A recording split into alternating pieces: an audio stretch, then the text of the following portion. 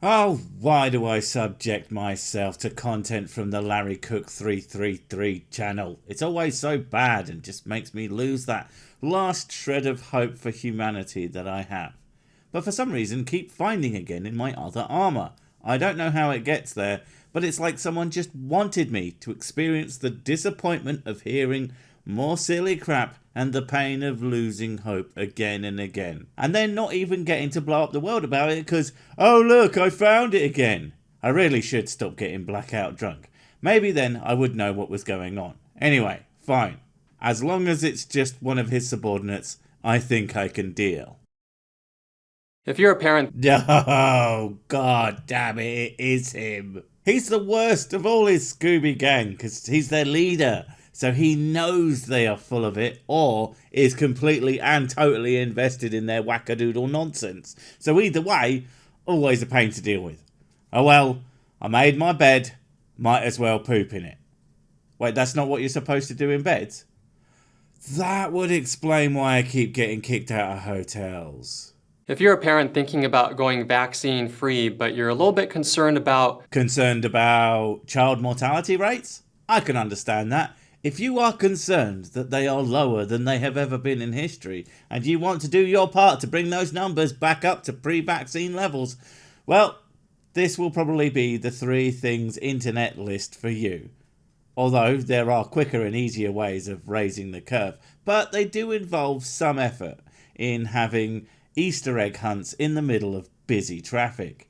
It's effective and you usually get to keep all the chocolate, so it's probably worth the effort in my book. what that would look like. Oh, I know this one. We actually have live footage. Not really, of course. That's actually footage from the 1986 movie The Goldblum. A film exploring the body horror of when an unassuming fly scientist accidentally gets into a teleportation pod with Jeff Goldblum. That poor fly bastard. And fun fact, that movie was an inspiration for The Offspring's Pretty Fly for a White Guy. That's true fact. Look it up. I'd like to give you some helpful information. Me too. Number 1, vaccinate your kids, you dullard. 2, if you have a good reason not to vaccinate them, then absolutely fine, don't. Number 3, I don't understand science is not a good reason not to vaccinate your kids, so vaccinate your bloody kids. The first is, I recommend reading this book, What About Immunizations? Oh, of course there's a book. Oh, wait, would you look at that? It's not actually written by you, but I'll bet you plug it on your website. Ah, there you go. You know what makes me laugh? You always hear, follow the money when it comes to vaccines, but they never seem to apply that logic to their own movement. But why would they lie about it? Just to sell thousands of poorly written books they probably farted out in a weekend. It's a very concise book, well written. Okay, let's just pretend that it was in fact well written and concise. Just for a moment, shall we? Well, so what? Those are not synonyms for well researched, well argued, or even remotely correct. That is not a paper on all the things vaccines don't cause. It's a book about what the author thinks they do. Even if that's not explicitly in the book, it is why it was written. That and the money thing. And it gives a lot of information that I think you'll find very helpful. Look, if it's not just 300 pages of Larry Cook 333 is a giant throbbing dildo repeated over and over, then I just can't imagine it being very useful. I mean, books tend to make rather scratchy toilet paper after all. And what else have they got? Burning? Well, fire is fun. I want to read just a little bit to you so you can get a feeling for what it's about. Strange that you would correct yourself from getting an understanding, as you were about to say, to get a feeling. It's weirdly appropriate, seeing as the whole anti-vax thing is based entirely on people's feelings about the subjects of vaccines, rather than their understanding. Freudian slips are grand. Vaccine philosophers urge us to believe that a vaccine replaces the immunity created by nature. Hold on a goddamn minuet. Vaccine philosopher? What the hell is that? That sounds like something your lot made up to replace the term qualified medical professional. Probably just to confuse your followers into thinking that someone who actually understands the science just has a certain point of view. Because that's all you have, a certain point of view. But their point of view is backed by empirical data. Vaccine philosopher. You know, that's like calling a physicist a gravity philosopher just because you're a fegging flat earther who doesn't understand how it works. Or anything for that matter. Bet you guys have a lot of them in your number. Just saying. Oh, and vaccines don't replace natural immunity. They supplement it by giving you immunity to things that you don't want to get naturally immune to. A vaccine may overexcite the immune system and cause conditions worse than the original disease. Oh, are we using that newfangled definition of the word may? May.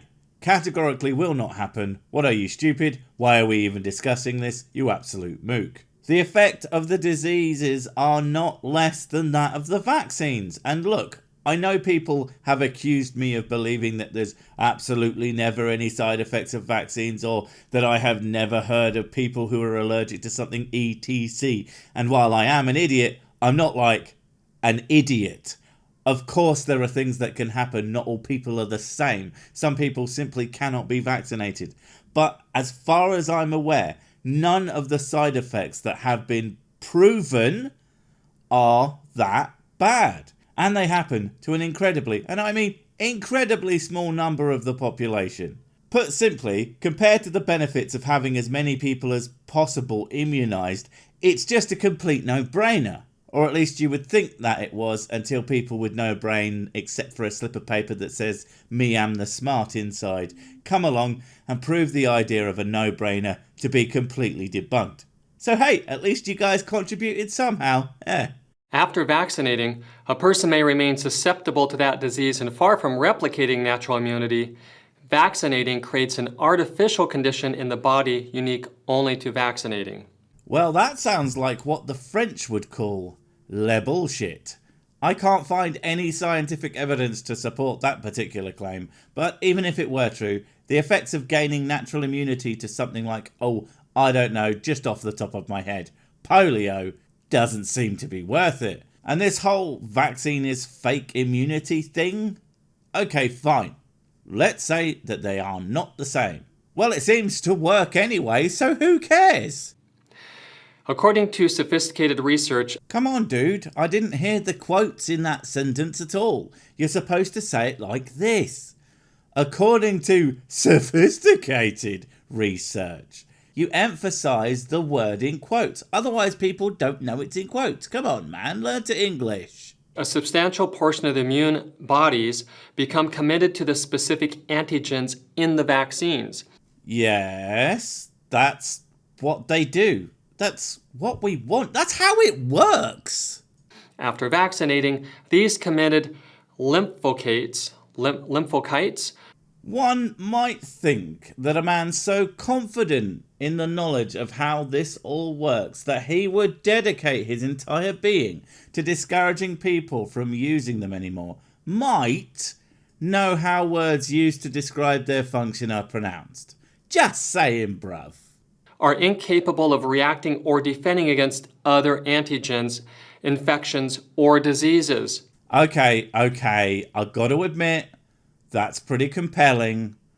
That I do believe is proof positive that you have absolutely no idea how vaccines or even just immunity in general works. Yes, your body creates cells that are specifically designed to fight specific diseases and what have you. That's how immunity works. You have your basic defense cells that can fight off general low danger stuff, and dedicated cells that know how to fight particularly nasty stuff. If you had cells for fighting measles that for some reason changed to fight something else, then you wouldn't be immune to the measles anymore, would you?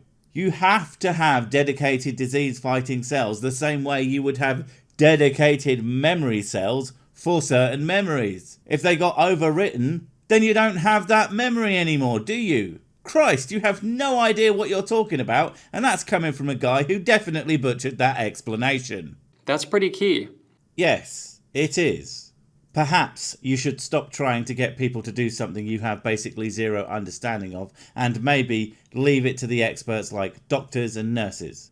God, can you imagine the sheer volume of people who have actually been hurt by this guy's advice? Thanos would be proud. Everyone is born with a finite ability to combat disease. This is the total immune capacity. Can't say I've heard that one before, and I can't find anything, again, that backs up that claim. For some reason. Some might think that that means it's not true, but it's probably really a conspiracy to hide the truth, TM. But sure, while nothing in the human body is infinite, I'm sure that any upper limit that might be there is probably fairly high, considering people become immune to tons of stuff all the time without even realizing it. Once a person experiences a particular disease, permanent immunity is extremely efficient, using perhaps only 3 to 7% of the total immune capacity of an individual. In the case of routine childhood vaccination, it is likely that as much as 30 to 70% of the total immune capacity becomes committed, leaving less room for other challenges. 30 to 70%. That sounds accurate and not in any way made up or misleading. But sure, let's take that as 100% true. I keep saying this, but so what? The idea that having a finite ability to combat all diseases ever, everywhere in the world would be a good reason not to set up protection against the ones that are extremely common, or at least were before sodding vaccines, extremely infectious, and extremely dangerous, also local to you. That's like saying, these Kevlar plates only have a finite capacity to protect me from bullets, and the vest can only hold a limited number of them at a time. So I should just leave them out while I go to this wine and bullet tasting session down at the yacht club. That sounds like something posh people would do, right? These findings could indicate that a child's immunological reserves are substantially reduced due to standard vaccine programs. Well then, we should just stop giving out the vaccines for the things that will likely become epidemic, as evidenced by the relatively recent measles outbreaks, so they don't even have the chance to need to use that extra capacity that they would need for other things because of all the dead. Wait, no, that's probably a terrible idea. Why would you even say that, Larry? And it goes on. Actually, vaccines should probably scare you on so many levels. Only if you're a conspiracy theorist, otherwise they are literally one of the greatest inventions in human history that have saved more lives than you could ever imagine. But to be fair, that's not exactly a high number, as your imagination is probably pretty limited by the aforementioned piece of paper you have instead of a brain. All right, so that's my first recommendation, this book. My second recommendation is... Oh, I do wonder what a charlatan would possibly recommend as a good thing to do. My website. Shocking! And don't forget to buy lots of crap that is demonstrably 0% effective at combating any illnesses whatsoever. But don't, whatever you do, don't follow the money. I don't have an ulterior motive. StopMandatoryVaccination.com. I have a lot of resources on that website. Click the vaccine free tab and start there. Just start reading. It gives a quick overview of why parents go vaccine free. Fear, arrogance, ignorance, stupidity, often all of the above. And what you can expect by having a vaccine free child. I thought we already did this one. The kids get Cronenberged. Such a good movie, goddamn. And the third resource is my Facebook group. Need we go on? Facebook, of course. For all your medical needs. Did you know that doctors don't actually go to school or spend years as residents to get their medical licenses? No, they post stupid opinions on Facebook and someone just gives them one. That's how I got mine. Now I'm Sir Dr. Sick. You have to listen to me now. Get your vaccines, kids. This man is an idiot. Guys, don't forget to panic buy Sick brand merch. What if you need to let people know that you are handsome, famous and good at the sex in a variety of tasteful colours? Buy as many as you can afford now before this thing that's printed to order runs out. Also, you can use it as toilet paper if needs be. You never know when you're going to need to wipe your arse.